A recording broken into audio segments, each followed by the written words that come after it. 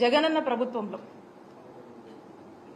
ఈ 5 ఏళ్ల 2019 నుంచి 2024 వరకు ఈ 5 ఇయర్స్ టెన్యూర్లో మరి ఆరోగ్యశ్రీ పథకం మనం చూసినట్టయితే 1059 ఉన్నటువంటి ప్రొసీజర్స్ మనము జగనన్న ప్రభుత్వంలో 3257 ప్రొసీజర్స్ వరకు కూడా పెంచి తీసుకెళ్లి ఇంప్లిమెంట్ చేశాం.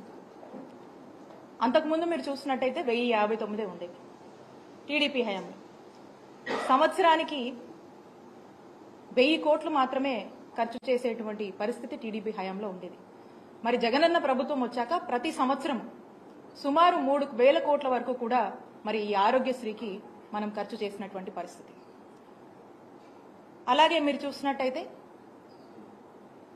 ఎంపానెల్డ్ హాస్పిటల్స్, నెట్వర్క్ హాస్పిటల్స్ రాష్ట్రంలో గత ప్రభుత్వంలో 1000 కన్నా తక్కువ ఉన్నటువంటి ఎంపానెల్డ్ హాస్పిటల్స్ ని వాళ్ళని ఎంకరేజ్ చేసి వాళ్ళకు కావాల్సినటువంటి ఫ్లెక్సిబిలిటీ, వాళ్ళకు కావాల్సినటువంటి ఫీజిబిలిటీ, వాళ్ళకు అన్ని విధాలుగా కూడా ఒక ఫ్రెండ్లీ వాతావరణాన్ని ఏర్పాటు చేసి వాళ్ళని ఎంకరేజ్ చేసి 1000 కన్నా తక్కువ ఉన్నటువంటి ఎంపానెల్ హాస్పిటల్స్ ని మరి 2300 హాస్పిటల్స్ పైగా కూడా విస్తరించేటువంటి అవకాశాన్ని జగనన్న ప్రభుత్వం నెట్వర్క్ హాస్పిటల్స్కి ఇచ్చింది.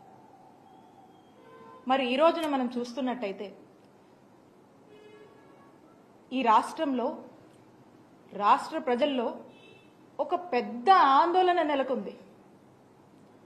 అదేంటంటే మనం చూస్తా ఉన్నాము, కూటమి ప్రభుత్వం ఏర్పడ్డాక కూటమి ప్రభుత్వంలో ఉన్నటువంటి మంత్రి గారు వారు మాట్లాడుతూ ఉన్నారు. ఏమని మాట్లాడుతూ ఉన్నారు? గత ప్రభుత్వము అప్పులు చేసిపోయింది, బకాయిలు పెట్టింది, మాకు బాధలు ఉన్నాయి, కష్టంగా ఉందని చెప్పి వారు మాటలు చెప్తా ఉన్నారు. నేను చెప్తా ఉన్నాను,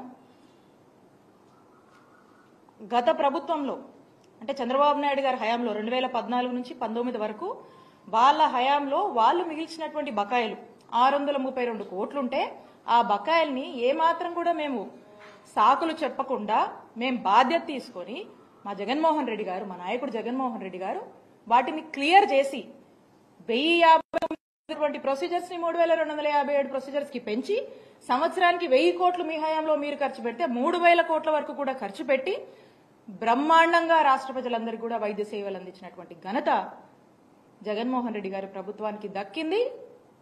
ఆ నమ్మకాన్ని కూడా ప్రజల్లో మేము నెలకొల్పుతున్నాం. మరి ఈ రోజున ఈ సాకులు చెప్తూ ఏవో అప్పులున్నాయని చెప్పి, ఏదో బకాయిలున్నాయని చెప్పి మీరు మీ బాధ్యత నుంచి ఏమైనా వైదొలుగుతున్నారా? మీరేం ఇండికేషన్ ఇస్తున్నారు అనేటువంటి సందేహము ఈరోజు రాష్ట్ర ప్రజలకు కలుగుతుంది అని తెలియజేస్తున్నాను.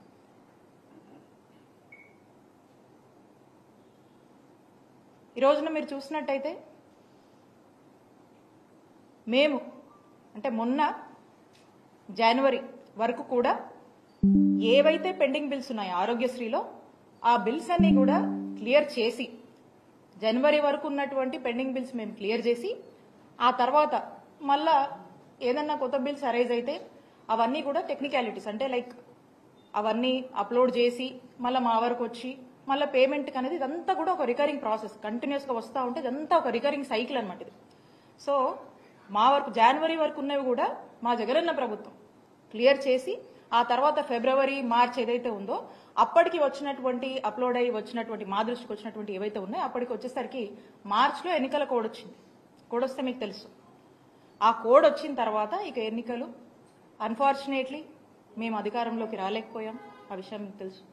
సో ఇంకా అప్పటి నుంచి ఉన్నటువంటి ఏవైతే బిల్స్ ఉన్నాయో ఆ బిల్స్ ఇప్పుడు కొత్తగా కూటమి ప్రభుత్వం ఏర్పడిన తర్వాత ఆ బిల్స్ ని క్లియర్ చేసి మరి ఎక్కడా కూడా ఇంటరప్షన్ లేకుండా వైద్య సేవలు అందించాల్సినటువంటి బాధ్యత ఈ ప్రభుత్వం మీద ఉందని గుర్తు చేస్తా ఉన్నాము. ఏదో లెక్కలు చెప్పి అప్పులని, ఆదాయాలని, బకాయిలని సాకులు చెప్పి మీకు రెస్పాన్సిబిలిటీ నుంచి మీరు ఏమైనా తప్పించుకునేటువంటి ప్రయత్నం చేస్తున్నారా?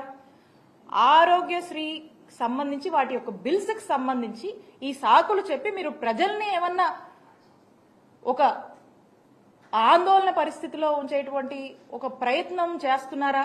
లేకపోతే ఏంటి మీరు చెప్పాలనుకుంటుంది? ఈ బిల్స్ పట్ల మీ స్టాండ్ ఏంటి? ఈ బిల్స్ అనేది మీ బాధ్యత. ఇది కంటిన్యూస్ రికరింగ్ సైకిల్ అని చెప్పి మీకు గుర్తు చేస్తా ఉన్నాం.